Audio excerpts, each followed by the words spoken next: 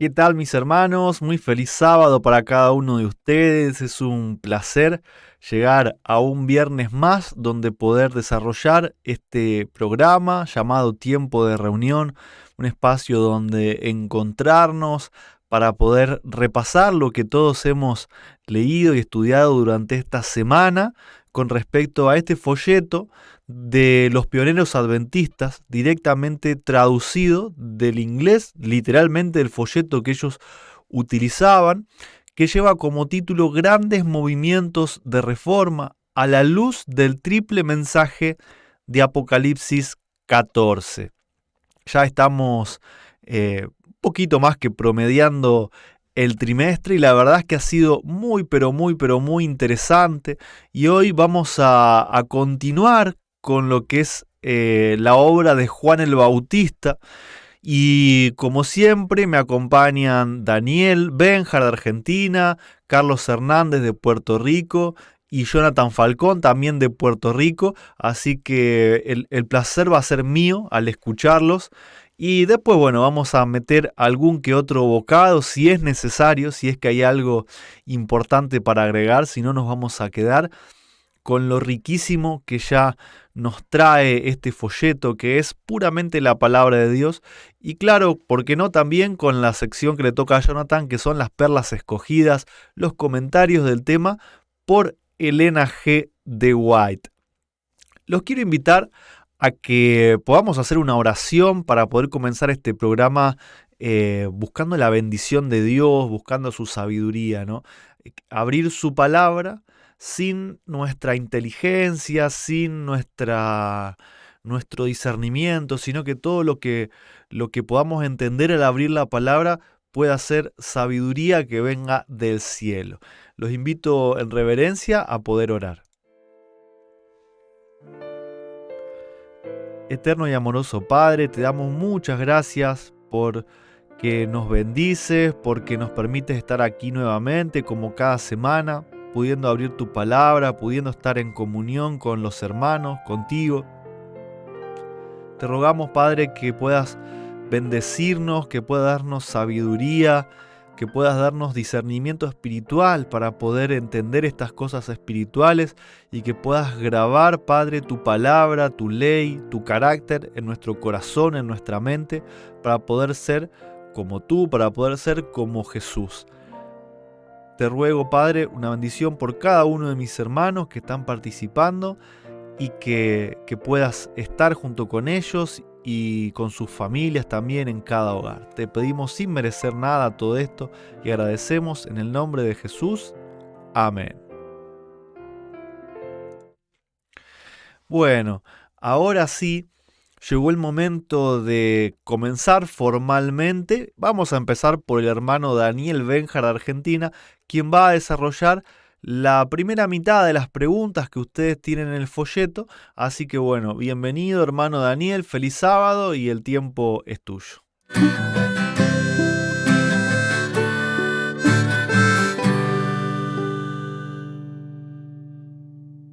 Hola, buenas noches. Es una alegría para mí poder compartir con ustedes nuevamente el estudio de la lección. Espero que tengan un feliz sábado y en esta noche vamos a repasar y vamos a continuar estudiando la vida, obra y misión de Juan el Bautista.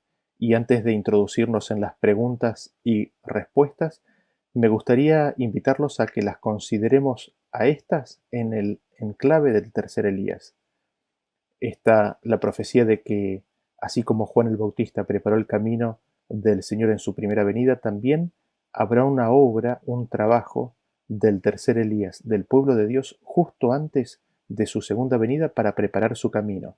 Consideremos y estudiemos la vida de Juan el Bautista teniendo presente en nuestra mente este punto. Leamos a continuación la primera pregunta y el versículo para su respuesta. La pregunta es, ¿cuál era la misión de Juan el Bautista? Y leemos en Juan capítulo 1, versículo 6 en adelante que dice, hubo un hombre enviado de Dios, el cual se llamaba Juan. Este vino por testimonio, para que diese testimonio de la luz, a fin de que todos creyesen por él.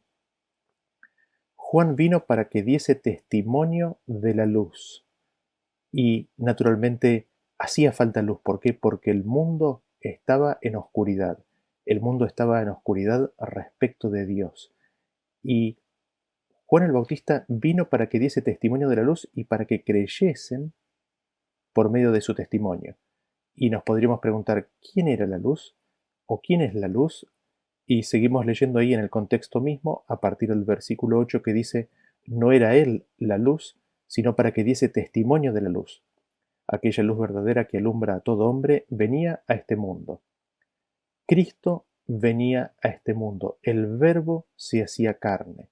Cristo es la luz del mundo que alumbra a todo hombre. Cristo alumbra, es la luz de todo hombre que viene a este mundo. Y Juan el Bautista, la misión de Juan el Bautista era señalarlo a él, era indicarlo, era enseñar acerca de él, de su misión y de su identidad, de quién era él. Era preparar el camino para la venida de la luz. La pregunta número 2 nos dice qué testimonio dio el propio Juan sobre su obra. Leemos en Juan capítulo 3, versículo 27 que dice, respondió Juan y dijo, no puede el hombre recibir nada si no le fuere dado del cielo. Vosotros mismos me sois testigos de que dije, yo no soy el Cristo, sino que soy enviado delante de él. Juan el Bautista declaró que él no era el Mesías, sino que era enviado delante del Mesías. Juan fue enviado para preparar el camino del Mesías. Él fue enviado para volver el corazón de los padres hacia los hijos y el corazón de los hijos hacia los padres. Él fue enviado para hacer una obra de reparación, de restauración, de arreglar relaciones. Y esto se lograría a través de un mensaje de arrepentimiento y de perdón de pecados. La pregunta número 3 nos dice cómo se comparó Juan con el Mesías. Leemos en el mismo libro, mismo capítulo, versículo 30 que dice, es necesario que él crezca, pero que yo mengüe. ¿Quién es él? Él es Cristo. Es necesario que Cristo crezca y que yo mengüe. Así en el ministerio de Juan. Qué humildad, qué ejemplo de vida. Es necesario de que Cristo crezca y de que Juan mengüe. Esto era necesario en el ministerio de Juan, pero también en la vida de Juan. Y si nosotros nos ponemos a considerar así en nuestra vida, todos nosotros, yo en primer lugar necesito más de Cristo y mucho menos de yo.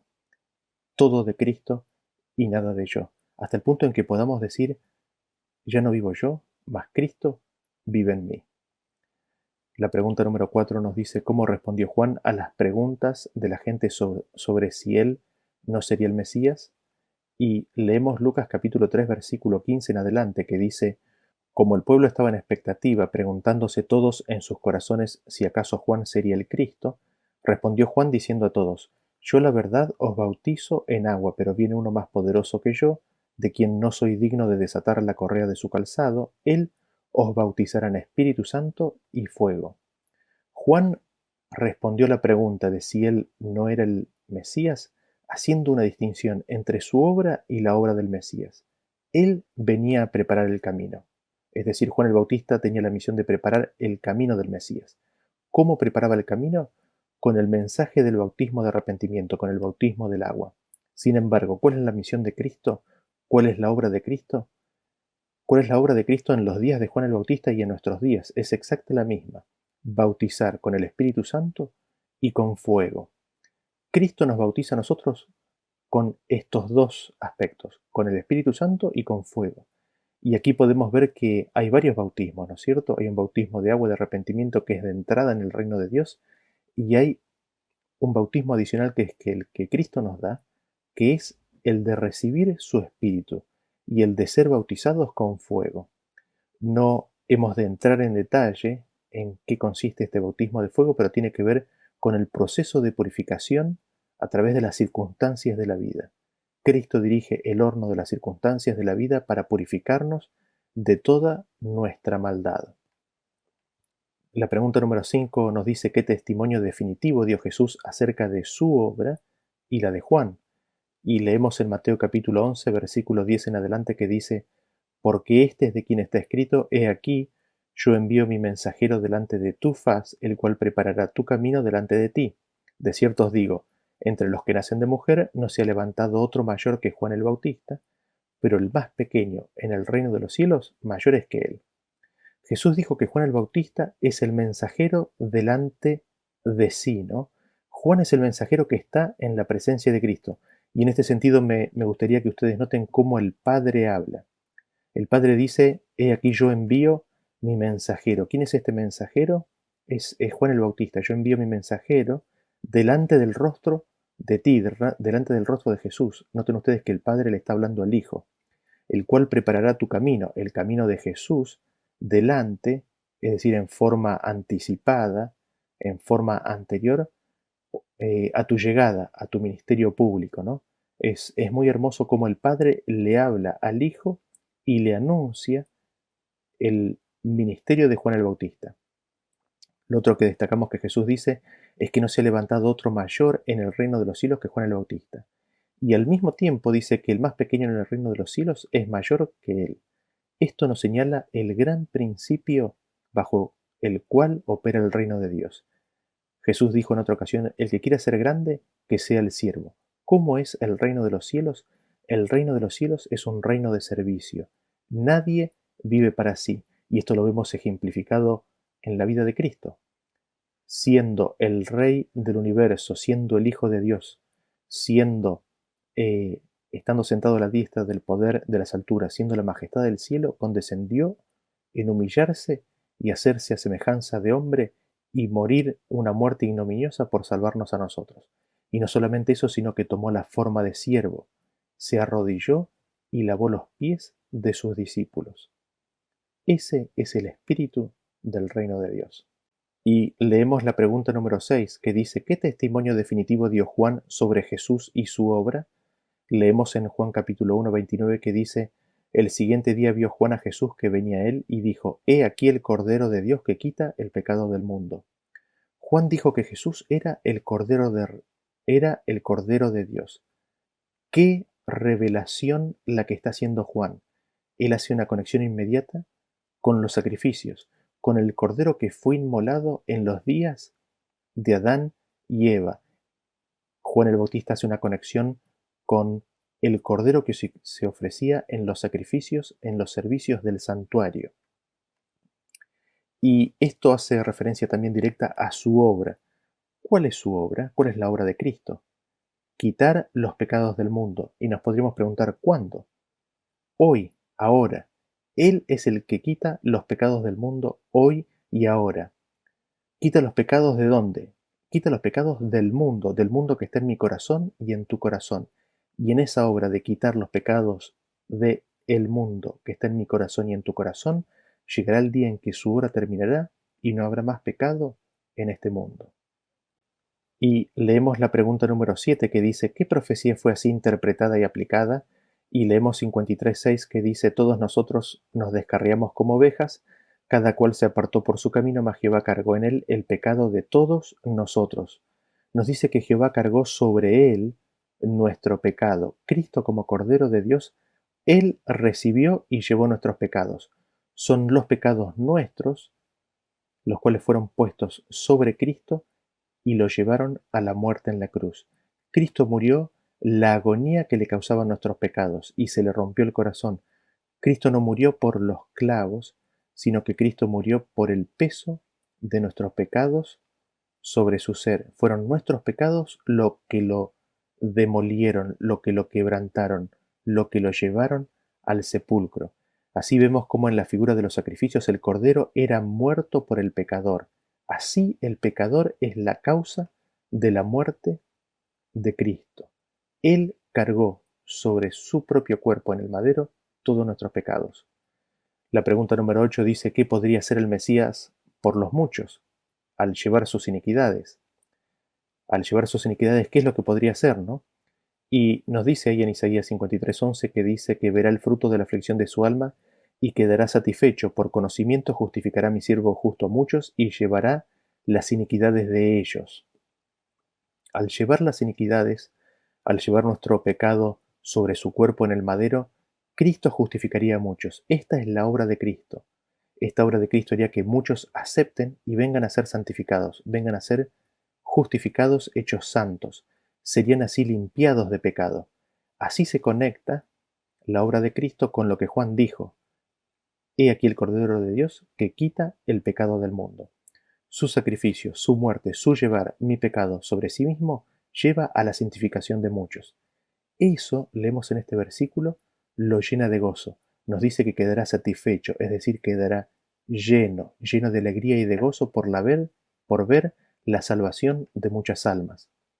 Lo otro interesante que nos llama la atención de este versículo es que dice, por su conocimiento justificará mi siervo a muchos. ¿De qué conocimiento está hablando aquí? Cristo mismo dice que nadie conoce al Padre sino el Hijo y a quien el Hijo lo quiera revelar. Cristo dijo en Juan 17, te he glorificado en la tierra, he dado a conocer tu nombre. Cristo, al conocer al Padre como nadie en el universo, es el que lo puede dar a conocer. Es Él el que lo revela, lo manifiesta y lo glorifica. Él lo vive en carne humana, Él lo vive aquí en la tierra. En la vida de Cristo nosotros vemos la vida de Dios en la humanidad. Y ese conocimiento de Dios vivido que tiene es de justificación para muchos.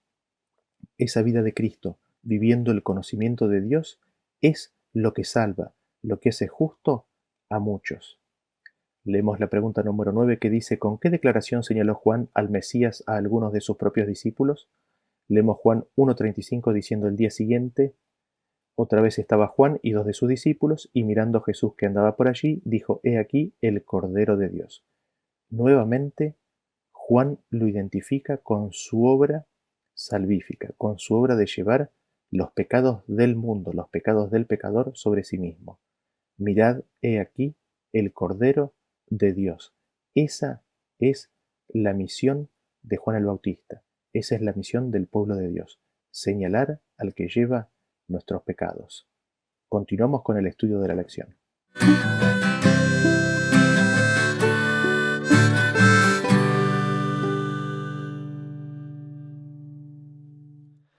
Muchas gracias, Daniel.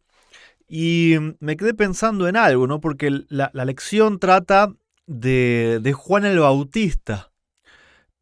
Pero si nos fijamos en la conclusión, terminamos hablando del Padre y del Hijo. Terminamos pasando de Juan el Bautista señalando a Jesús y de Jesús señalando al Padre. O sea, prácticamente terminamos hablando del Padre, ¿no es cierto?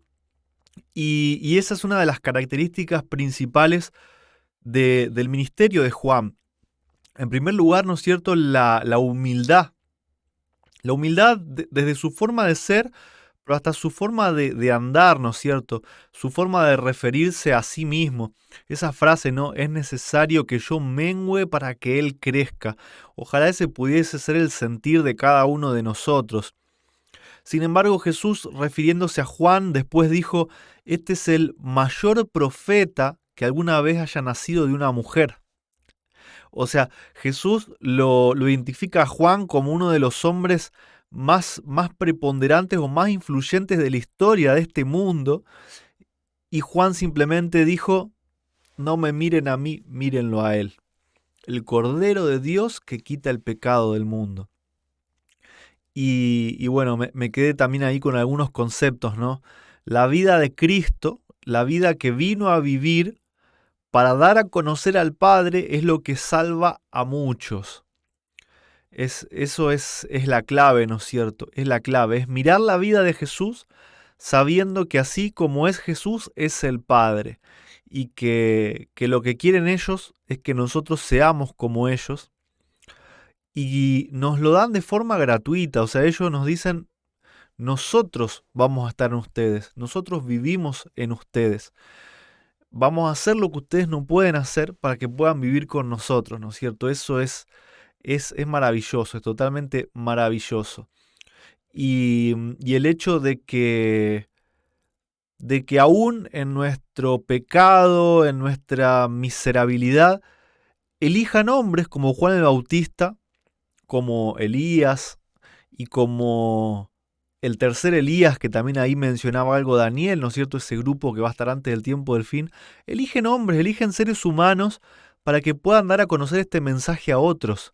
Tranquilamente podrían mandar ángeles, podrían escribirlos con letras de fuego en el cielo, pero no lo hacen. O sea, te eligen a vos y me eligen a mí para que hagamos esta obra. Qué tremendo, tremendo privilegio. Pero bueno, tenemos que anotar, ¿no es cierto? Una de las características que hay que tener para poder estar en la obra de Dios es la humildad de Juan el Bautista, el concepto que Juan el Bautista tenía de sí mismo y cómo menguaba para señalar a Cristo, y cómo Cristo a su vez menguaba para señalar al Padre. Eso es lo primordial, ¿no es cierto? Es la clave para cualquiera que quiera participar de la obra de Dios. Vamos a continuar, porque esto está muy, pero muy interesante. Vamos a continuar con la segunda sección de las preguntas, ahora a cargo del hermano Carlos Hernández de Puerto Rico. Así que bueno, bienvenido hermano, saludos y te escuchamos.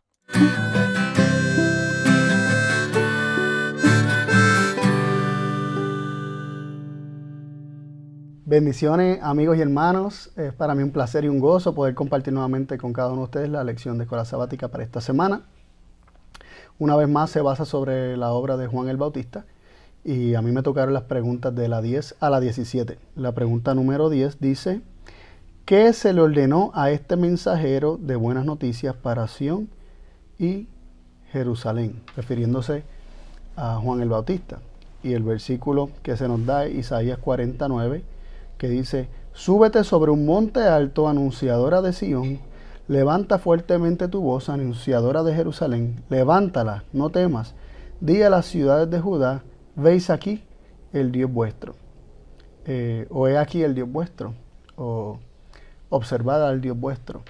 Me llama mucho la atención cómo la obra de Juan el Bautista y de aquel que habría de preparar el camino se presenta como una obra donde habría de ponerse en un lugar alto, ¿no? Súbete sobre un monte alto y levanta fuertemente tu voz, anunciadora de Jerusalén. Y esto me acuerda de las palabras de Jesús, que cuando hablaba de que vosotros sois la sal de la tierra, vosotros sois la luz del mundo. Cuando está hablando de la luz, dice que una luz no cumple su función escondida abajo, tiene que ser puesta arriba para que pueda ejercer su función de dar luz.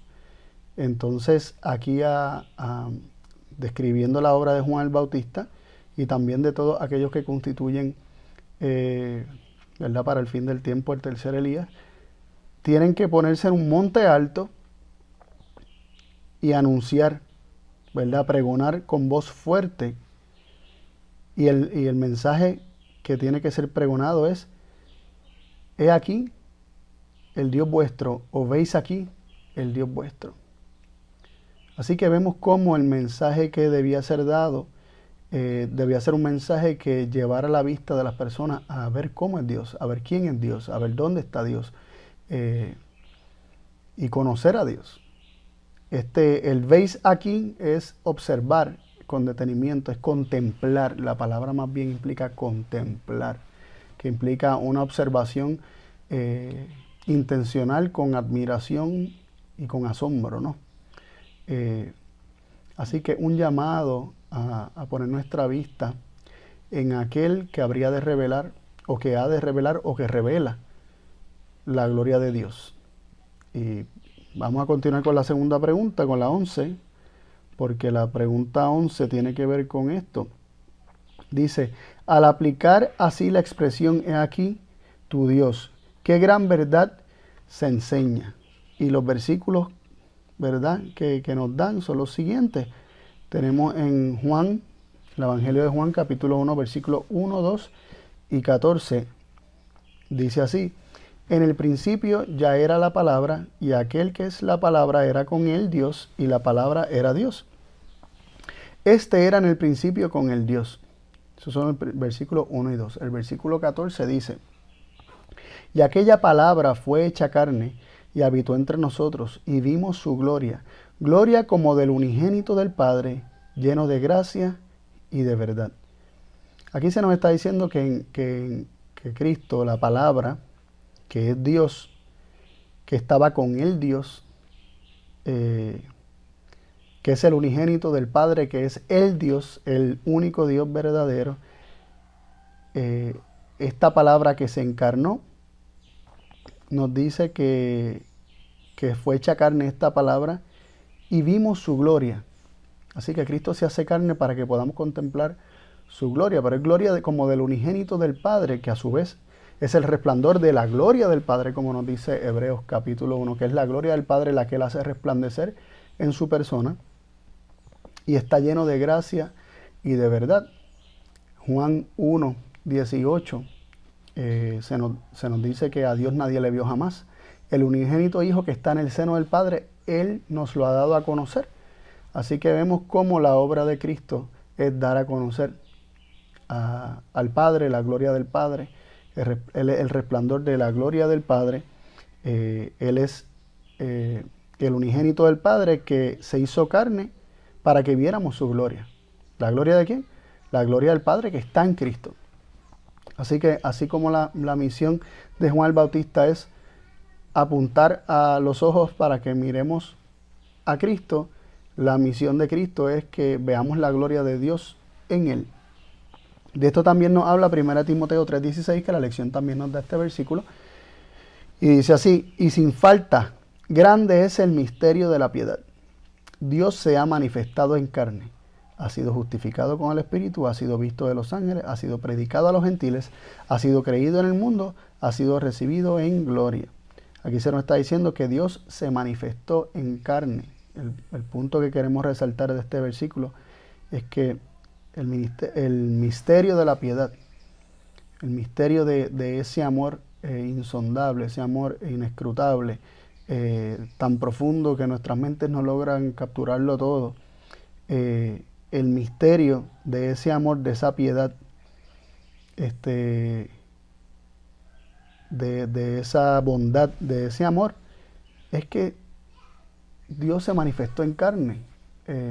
Dios en su condescendencia, en su amor, envía a su Hijo unigénito en carne humana para revelarnos a nosotros su gloria. Así que, ¿verdad? De una forma que nosotros pudiéramos contemplarla y conocerle sin que ésta fuera demasiado deslumbrante para nosotros. Así que este proceso de mirar a Cristo como nuestro Dios es porque mirando a Cristo vemos a nuestro Dios, mirando a Cristo vemos al Padre. En Cristo se manifiesta la gloria del Padre, Él es el resplandor de la gloria del Padre, y mirando a Cristo vemos a Dios y sabemos cómo es Él. La pregunta número 12 nos dice: ¿por qué era necesario un testimonio como este? Este tipo de testimonio. ¿Por qué era necesario? Y preliminarmente podríamos decir por los prejuicios, ¿no? Porque había un gran desconocimiento de quién era Dios, y había un gran desconocimiento también de la forma en que Dios obraba. Y si nosotros vemos en Marcos 6, 2 y 3, se nos dice: llegado el sábado comenzó a enseñar en la sinagoga, y muchos oyéndole estaban atónitos, diciendo: ¿de dónde tiene estas cosas? ¿Y qué sabiduría es esta que le es dada? Y tales maravillas que por sus manos son hechas. ¿No es este el carpintero, hijo de María, hermano de Jacobo y de José y de Judas y de Simón? ¿No están también aquí con nosotros sus hermanas? Y se escandalizaban de él. Ellos estaban asombrados que alguien de tan humilde procedencia fuera un instrumento que sin duda alguna provenía de Dios. Miren cómo dice: ellos estaban atónitos y se preguntaban: ¿de dónde tiene estas cosas este hombre? ¿De dónde él sacó todo esto? ¿De dónde él adquirió esta sabiduría? ¿Y qué sabiduría es esta que le fue dada? Ellos reconocían que había sabiduría en él. Estaban atónitos, sorprendidos. Y tiene que ver mucho por sus prejuicios, ¿no? ¿Acaso no es este el carpintero? Y muchas veces nosotros tendemos a hacer lo mismo, ¿no? Juzgar el disco por la carátula o el libro por la portada, y debido a preconceptos, ¿no? Pero Dios escogió hacerlo de una manera humilde, sencilla, enviar a su Hijo no a las cortes reales de este mundo, sino desde a lo más bajo, ¿no? Para que desde lo más bajo todos tuvieran la oportunidad de contemplar la gloria de Dios en Cristo. Pregunta número 13 nos dice, ¿de qué era el cumplimiento del mensaje de Juan? ¿De qué era el cumplimiento del mensaje de Juan? Y el mensaje era el siguiente, ¿verdad? Marcos 1, 2 y 3 nos dice, como está escrito en Isaías el profeta, he aquí yo envío a mi mensajero delante de tu faz, que apareje tu camino delante de ti. Voz del que clama en el desierto, aparejad el camino del Señor, enderezad sus veredas.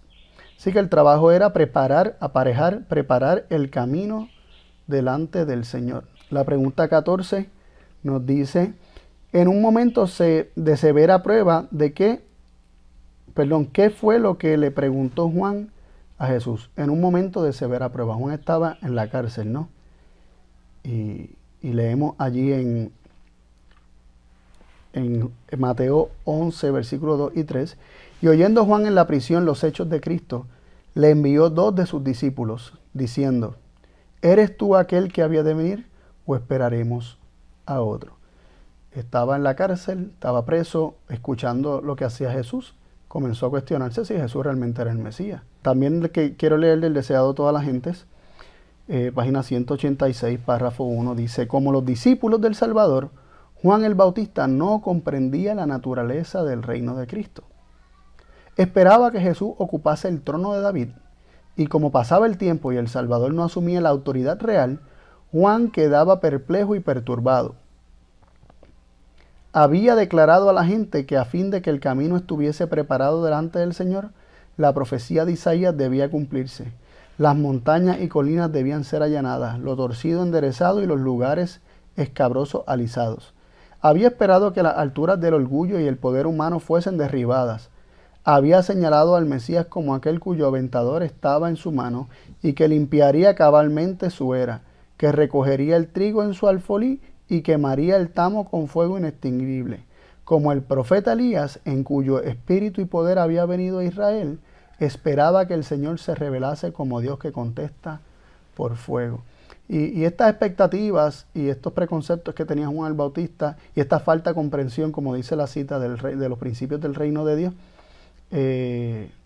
eran los preconceptos precisamente que se metían entre medio, que no permitían que él identificara que la obra que estaba haciendo Jesús era la obra del Mesías, era conforme a los principios del reino de Dios. Pero la pregunta 15 nos dice, ¿a qué cumplimiento de la profecía apeló Jesús en su respuesta?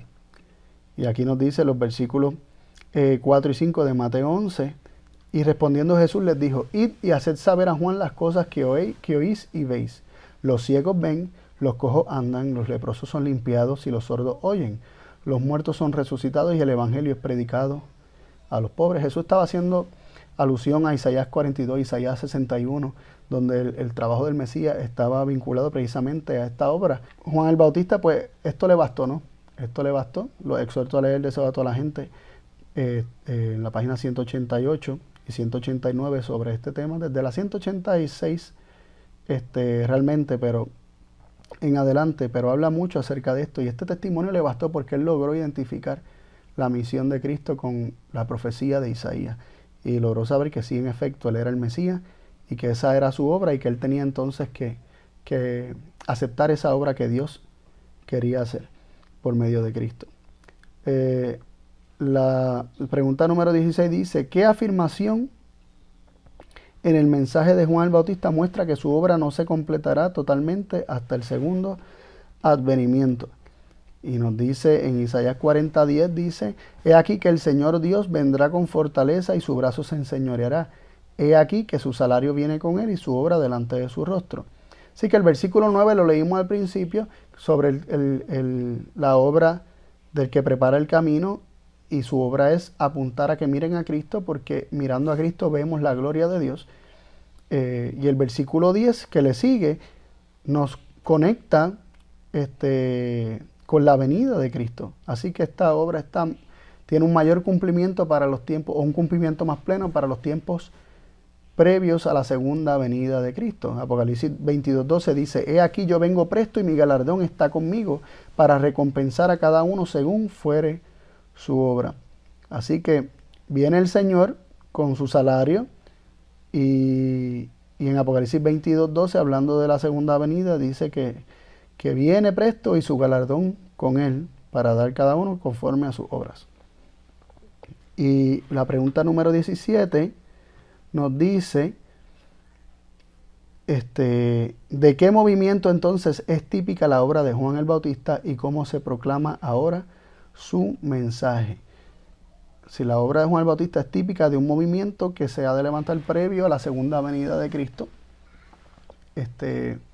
la lección no nos da versículos, pero sin duda alguna vemos que estas profecías tienen un mayor cumplimiento previo a la segunda venida de Cristo, y hay un grupo que se ha de levantar para dar el mensaje triple angélico o los 3 mensajes de Apocalipsis 14, y de manera especial el mensaje del cuarto ángel en Apocalipsis 18, este ángel que ilumina el mundo con la gloria de Dios, precisamente es la misma obra de Juan el Bautista, que dice: he aquí vuestro Dios.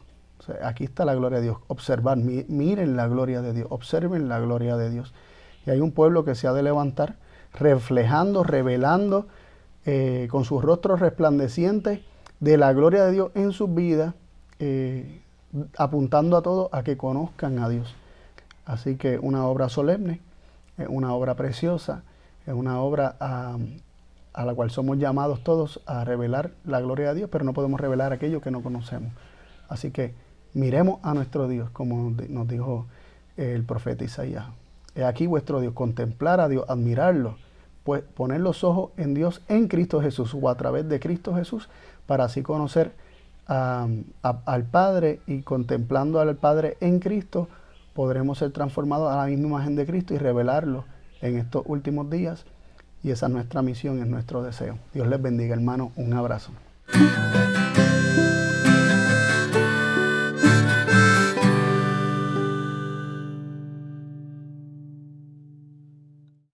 Muchas gracias, Carlos.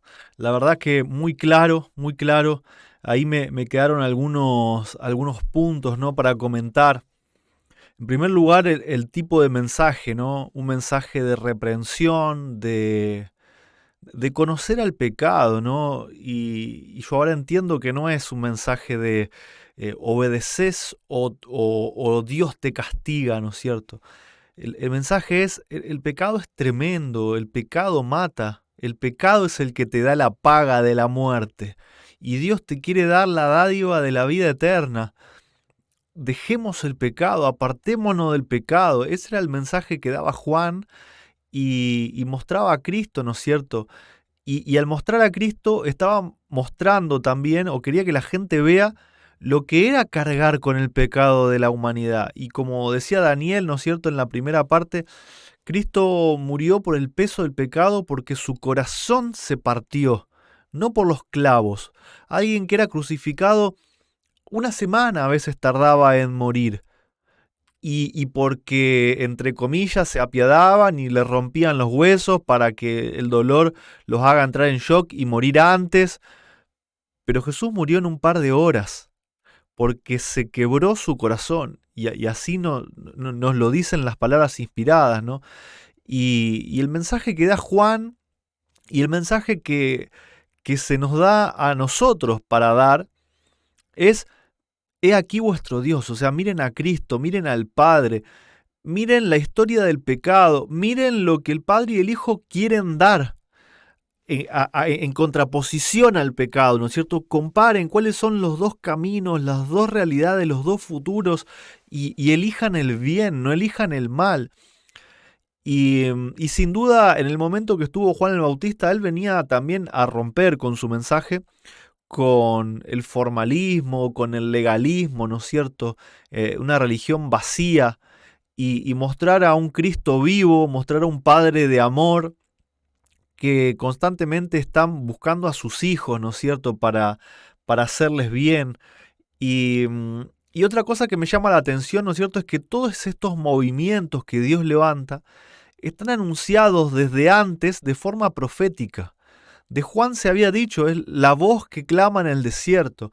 Y del tercer Elías también se habla en el libro de Malaquías, por ahí alguien me corrige, capítulo 4, si mal no me equivoco, nos habla de que antes de que venga el día del Señor grande y terrible, se iba a levantar este tercer Elías diciendo: acordaos de la ley de Moisés, mi siervo, y mostrando lo que es el carácter de Dios, la gloria de Dios de la que hablaba Carlos, ¿no? Mostrar la gloria de Dios es mostrar a Cristo, es mostrar la forma de ser, ¿sí? Esta es la vida eterna, que te conozcan a ti, al único Dios verdadero, y a Jesucristo. No un conocimiento solamente del nombre. Bueno, se llaman así, nombre y apellido, dirección. No, ese no es el conocimiento que se nos plantea, ¿no? Es el conocimiento, obviamente ese es el primer paso, ¿no? Pero lo importante es saber cómo son, cuál es su carácter. Y para eso se nos ha dado la palabra, ¿no es cierto? Se nos ha dejado toda la vida de Cristo, se nos ha dejado la ley de Dios. Eso es todo lo que a Él lo representa. Y todo está hecho para nosotros. Todo está hecho para nosotros, para que lo aceptemos y seamos salvos, y para que lo compartamos con los demás, ¿no es cierto? A mí no me deja de asombrar, no me deja de asombrar cada detalle del plan de salvación, ¿no? Porque la obra de Juan el Bautista no termina con Juan el Bautista. Empieza, quizás podemos mencionar, ¿no?, a los 3 Elías, con aquel Elías primero en el monte con los profetas de Baal, preguntando, ¿no? ¿Hasta cuándo claudicaréis entre 2 señores o entre 2 dioses? Si son de Baal, seguirles, pero si creen en Dios, venid en pos de él. Y lo mismo después Juan el Bautista, ¿no es cierto? Y lo mismo nosotros, el tercer Elías, en el tiempo del fin, ¿no es cierto? ¿Hasta cuándo vamos a claudicar entre el mundo, entre el pecado y entre el Padre y el Hijo? Y este mensaje también está profetizado, como decía Carlos, ¿no? En Apocalipsis 14, ese triple mensaje angélico, y ese último pueblo, esos 144.000 que dice que son vírgenes. Eso significa que no están contaminadas con ninguna iglesia caída. No es hallada mentira en su boca, ¿no es cierto? Son santos porque Cristo los ha hecho santos, porque la vida del Padre, mediante el Hijo, está en este grupo de personas que dan un mensaje de amonestación, de esperanza, de amor.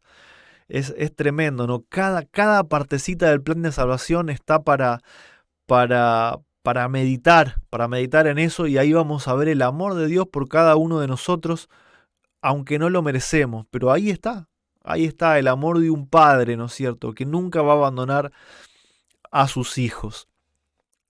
Aunque me puse un poco melancólico, ¿no es cierto?, en esta reflexión, aún no termina, no me estoy despidiendo, queda todavía una sección muy pero muy importante que está a cargo del hermano Jonathan Falcón de Puerto Rico, que son las perlas escogidas, los comentarios de este tema que estamos estudiando por Elena G. de White, y obviamente también ahí con Jonathan dándonos su pensamiento, lo que él entiende acerca de las citas que nos va a compartir. Así que bueno, hermano, adelante, el tiempo es tuyo, bendiciones.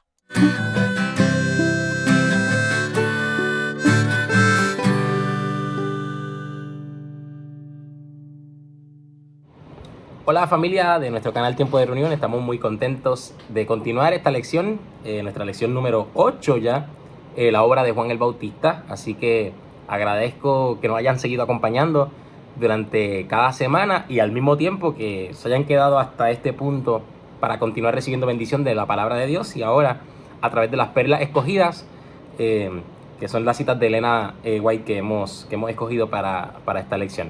Así que sin mucho preámbulo, quiero comenzar leyendo las propias citas que trae nuestra lección.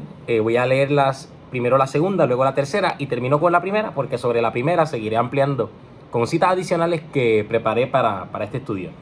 Y comienzo con la que viene del deseado de todas las gentes, página 82, párrafo 3, y dice: todos los que se hacían súbditos del reino de Cristo, decía él, debían dar evidencia de fe y arrepentimiento. Y hablando obviamente de la obra de Juan el Bautista y del mensaje de Juan el Bautista, tenemos ¿verdad?, destellos de en qué consistía este mensaje. debían dar, todos los que se hacen súbditos del reino de Cristo deben dar evidencia de fe y arrepentimiento. En su vida debía notarse la bondad, la honradez y la fidelidad. Debían atender a los menesterosos y prestar sus ofrendas a Dios. Debían proteger a los indefensos y dar un ejemplo de virtud y compasión. Así también los seguidores de Cristo darán evidencia del poder transformador del Espíritu Santo. En su vida diaria se notará la justicia, la misericordia y el amor de Dios.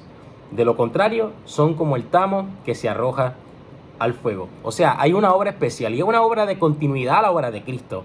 Esto que se está describiendo es la obra de Cristo y el mensaje de Juan, más bien era sobre esto, ¿no? Aquellos que profesan ser seguidores de Cristo han de obrar como Cristo obró, por muchas razones. Número uno, si afirmamos ser cristianos, pues afirmamos ser seguidores de Él. Y en segundo lugar, ¿quién es el que está en nosotros? ¿Verdad? ¿Quién es el que vive en nosotros? ¿Qué justicia, qué fe es la que se manifiesta en nosotros? Ojalá sea la fe de Jesús, la justicia de Dios en Cristo Jesús. Mientras ya nosotros no vivimos, ¿verdad? Nuestra carne ya no vive, sino que Cristo vive en nosotros. Y Cristo, ¿verdad? Pone en nosotros tanto el querer como el hacer por su buena voluntad. Así que es interesante este principio porque nos establece que aquellos que profesamos ser seguidores de Cristo debemos dar evidencia de fe y arrepentimiento, porque evidentemente, de lo contrario, imagínate, si nosotros fuéramos a predicar arrepentimiento sin arrepentimiento, porque el mensaje de Juan es un mensaje de arrepentimiento. Si nosotros predicamos el mensaje de arrepentimiento sin arrepentimiento, ¿cómo podremos convencer al mundo de que este mensaje verdaderamente es poderoso? De que verdaderamente cambia, de que verdaderamente transforma, de que verdaderamente nos hace justos. De la única manera es que nosotros vivamos los principios de este gran mensaje de arrepentimiento y que en nuestra vida haya evidencia, ¿no?, de los resultados de esta fe y de este arrepentimiento. Deseado toda la gente, párrafo 87.1 dice: Juan había quedado profundamente conmovido al ver a Jesús postrarse como suplicante para pedir con lágrimas la aprobación del Padre. Al rodearle la gloria de Dios y oírse la voz del cielo, Juan reconoció la señal que Dios le había prometido. Sabía que era al Redentor del mundo a quien había bautizado. El Espíritu descendió sobre él y extendiendo la mano señaló a Jesús y exclamó: He aquí el Cordero de Dios que quita el pecado del mundo. Juan recibió esa confirmación de Dios, ¿no? Quedó profundamente conmovido al ver el Espíritu que Cristo manifestó cuando pidió con lágrimas la aprobación del Padre. Y sobre esto rescato simplemente dos aspectos. Número uno, Juan conocía su misión. Juan sabía que estaba preparando el terreno. Juan estaba esperando este día. Juan con ansia esperaba el día en el cual se cumpliese la profecía, se cumpliese la promesa, se cumpliese, podríamos decir, el propósito de su vida, y era preparar el camino de aquel que es el Cordero de Dios, aquel que vino a eliminar o a quitar los pecados del mundo. Así que Juan, esperando esta promesa, su Padre Dios, porque también Dios es Padre así como de Jesús, también es Padre de Juan, es Padre tuyo y mío. Dios confirma la promesa a Juan, y al ver tal espíritu de un Cordero dispuesto a asumir los pecados de la humanidad, Juan quedó profundamente conmovido. Así que todos aquellos que veremos ahora en la próxima cita, todos aquellos que seamos parte de este ejército que preparará al pueblo para no la primera venida de Cristo, sino la segunda, también estaremos obrando, ¿verdad?, por medio del Espíritu de Dios, con ansias de que la promesa de Dios en Cristo, ¿verdad?, Cristo viniendo y rescatando al mundo, a las personas de este mundo, se cumpla en la vida de cada uno de nosotros. Y dice la última cita, por lo menos de la lección, que es la primera, que es deseado toda la gente, página 76, párrafo 1, y sobre esto seguiremos ampliando. Como profeta, Juan había de convertir los corazones de los padres a los hijos y los rebeldes a la prudencia de los justos, para aparejar al Señor un pueblo apercibido. Al preparar el camino para la primera venida de Cristo, representaba a aquellos que han de preparar un pueblo para la segunda venida de nuestro Señor. El mundo está entregado a la sensualidad, abundan los errores y las fábulas, se han multiplicado las trampas de Satanás para destruir a las almas. Todos los que quieran alcanzar la santidad en el temor de Dios deben aprender las lecciones de temperancia y dominio propio. Las pasiones y los apetitos deben ser mantenidos sujetos a las facultades superiores de la mente. Esta disciplina propia es esencial para la fuerza mental y la percepción espiritual que nos han de habilitar para comprender y practicar las sagradas verdades de la palabra de Dios. Por esta razón, la temperancia ocupa un lugar en la obra de prepararnos para la segunda venida de Cristo. Y comienzo con lo último. Todos los que querramos participar de este mensaje, ¿no? de previo justo a la venida de Cristo, debemos ser temperantes. Debemos tener temperancia, dominar, ¿verdad? Dominio propio. Debemos, dice, estoy buscando, ¿verdad? Palabras de la misma seta. Dice que las pasiones y los apetitos deben ser sujetos, ¿verdad? A las facultades superiores de la mente. No podemos ser guiados, ¿verdad? Por nuestras pasiones, por nuestra carne. Tenemos que, por el poder de Dios, pedirle que sujete todas estas cosas. Porque como mencionaba anteriormente, ¿cómo hemos de predicar que este mensaje tiene poder si en nosotros no se manifiesta el poder? ¿Cómo nosotros podemos decirle, mira, mi gente, el pecado abunda, pero la gracia de Dios que nos da el poder, ¿verdad? Para vencer este pecado, la gracia sobreabunda nuestro pecado. Mientras nosotros, en nuestra vida particular, los pecados dominan, ¿verdad? En nuestra vida. Evidentemente, para que sea un mensaje poderoso, tiene que ser acompañado por el testimonio vivo de aquellos que viven el mensaje que predican. Y de la única manera es que se manifieste los beneficios de tal carácter, que se manifieste los beneficios de tal palabra, de tal mensaje que se establece, que tiene un efecto poderoso en la vida de las personas. Así que si tú y yo entendemos que Dios es poderoso para darnos victoria sobre el pecado, que la gracia de Dios sobreabunda el pecado, que el poder de Dios es más abundante que la debilidad que tenemos como seres humanos para continuar pecando, aquí hay un llamado especial. Debemos pedirle al Señor que su mensaje, que su palabra transforme nuestra vida, liberte nuestra vida. ¿Para qué? Con el fin de que podamos también compartir este mensaje con otros y decirle, ¿sabes qué? Hay un mensaje que liberta, hay un mensaje que sana, hay un mensaje que nos limpia de maldad, hay un mensaje que nos justifica, que nos hace justo, un mensaje que cambia, que transforma nuestra vida. Y sobre este mensaje, ¿verdad? Y cito de nuevo esta misma cita, vuelvo de nuevo al principio. Dice que al preparar el camino para la primera venida de Cristo, representaban a aquellos que han de preparar un pueblo para la segunda venida de nuestro Señor. O sea, Juan era un representante, Juan era un tipo de aquellos que, así como Juan preparó el camino para Cristo en su primera venida, habrá un grupo que preparará el pueblo para la segunda venida del Señor. Y hay muchas formas, ¿no?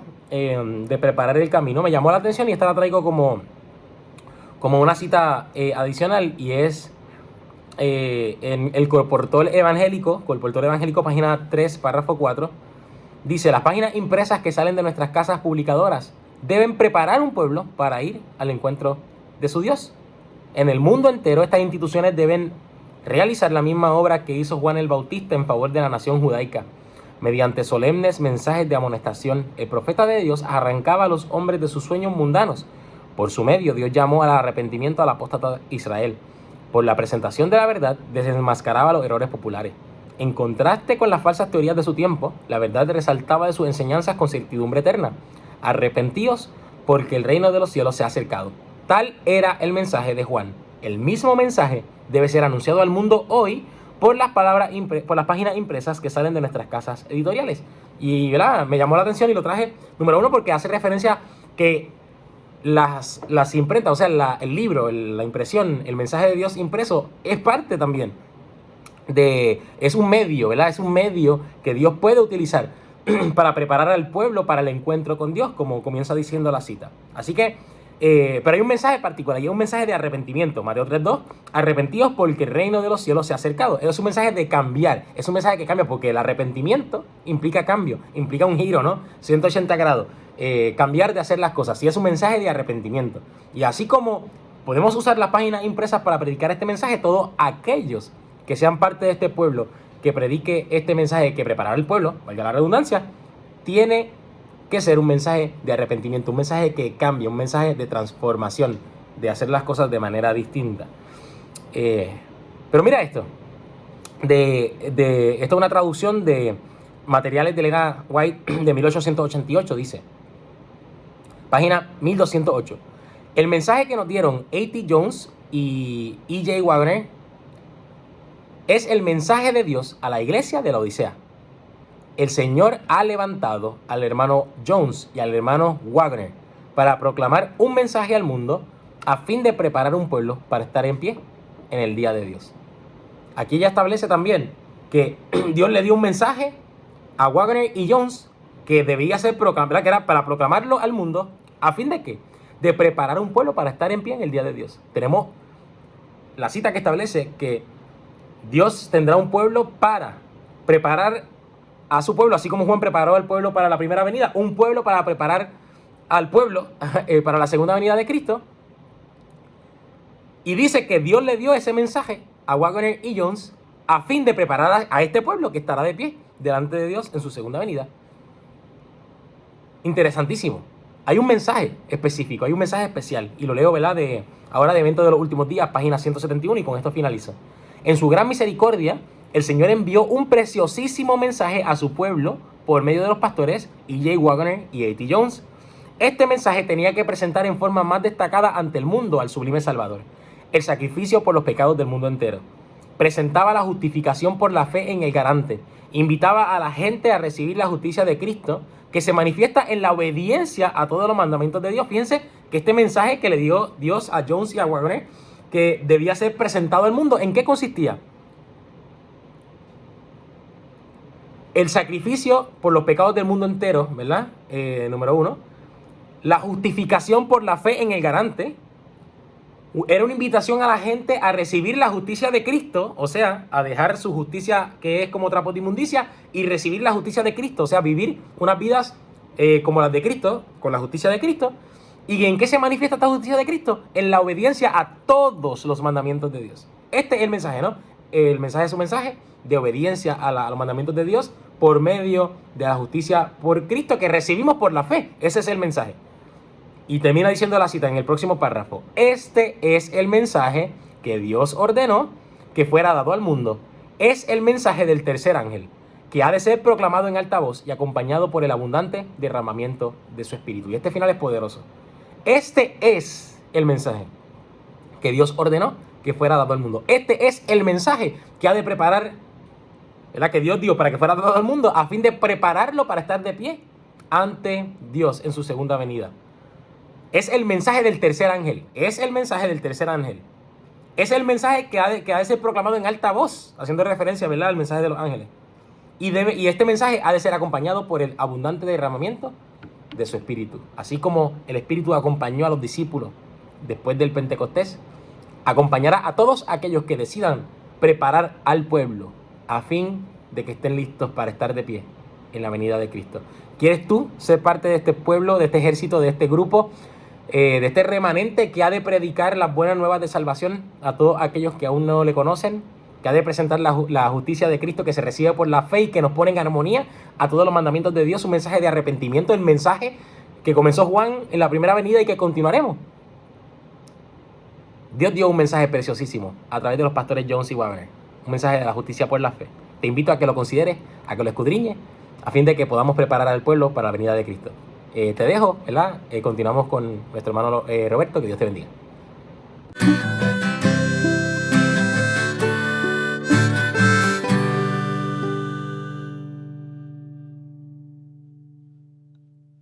Muchas gracias, Jonathan. Muy claro también. Fue como un combo perfecto todo lo que hemos visto hoy. Primero viendo la actitud de Juan el Bautista, ¿no es cierto? El sentido con el cual se da ese mensaje, un mensaje de arrepentimiento. Y ahora se nos agrega también un poquito el contenido más específico, ¿no? Y volvemos al gran tema de 1888. Tema de la justificación por la fe. Primero el sacrificio de Cristo. Justificación por la fe en la vida de Cristo. O sea, hay que estudiar la vida de Cristo, el carácter de Cristo. Cristo dijo que Él vino a dar a conocer al Padre, por lo tanto hay que estudiar el carácter del Padre.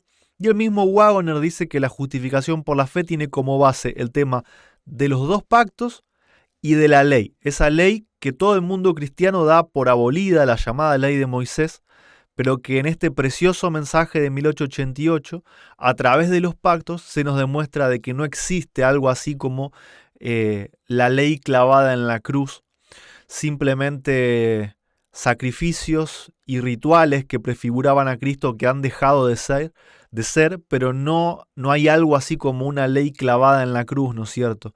Y eso nos trae todos los tiempos de Dios, las fiestas, las lunas nuevas, leyes de salud, leyes de temperancia, leyes de mayordomía, que nos ayudan, como decía Jonathan, ¿no? Nos preparan para resguardar los 10 mandamientos y para estar en pie delante de Dios en la segunda venida. Ese es el trabajo, ¿no?, que el Señor nos da. Tenemos el privilegio de tener, de poder ayudar a otros a estar en pie en la segunda venida.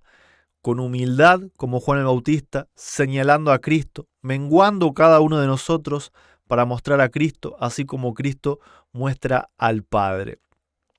Eso es todo por hoy. Los invito a que podamos hacer una oración de agradecimiento a Dios por este momento. En reverencia a todos los que puedan, que me acompañen a poder hablar con nuestro Padre amoroso. Amoroso Padre, muchas gracias por este momento de reunión que nos has regalado, porque nos permites estar por estos medios en comunión con todos los hermanos, porque nos das tu palabra, nos das sabiduría para poder entenderla. Gracias por toda esta información preciosa, Padre, que nos has regalado, y te suplico, te ruego que puedas estar en nosotros a través de Cristo, para que toda esta palabra no caiga en saco roto, sino que pueda transformar nuestras vidas y que podamos contagiar, compartir también esto a otros, que podamos estar preparados, Padre, para cuando vengas a buscarnos, cuando Cristo venga en tu gloria, podamos estar de pie, preparados, habiendo abandonado el pecado, habiendo hecho caso de todos estos mensajes de amonestación y habiendo hecho la obra también de poder ayudar a otros para poder ir a vivir contigo por toda la eternidad. Perdona nuestras faltas, nuestros pecados, y te rogamos que nos ayudes a hacer de este sábado una delicia. Te lo pedimos sin merecer nada, en el nombre de Jesús. Amén. Gracias, queridos hermanos, por habernos acompañado, y bueno, obviamente están invitados la próxima semana para acompañar al hermano Arturo con Leandro, y vamos a ver ahí con quién más. Siempre hay alguien más acompañando, así que les deseo un muy feliz sábado, muchas bendiciones para cada uno de ustedes, y quiero saludar de forma especial a la hermana Alicia Santos, quien, bueno, en el día de hoy ha perdido a su madre, que ha fallecido, así que, hermana, estamos orando por ti y te acompañamos todos estos hermanos y amigos que conformamos Tiempo de Reunión, todos los que participan, te mandamos un muy fuerte abrazo. Que la paz del Señor también pueda estar contigo. Feliz sábado, hermanos, para cada uno de ustedes, y que el Señor los bendiga grandemente a ustedes y a su familia. Hasta la próxima.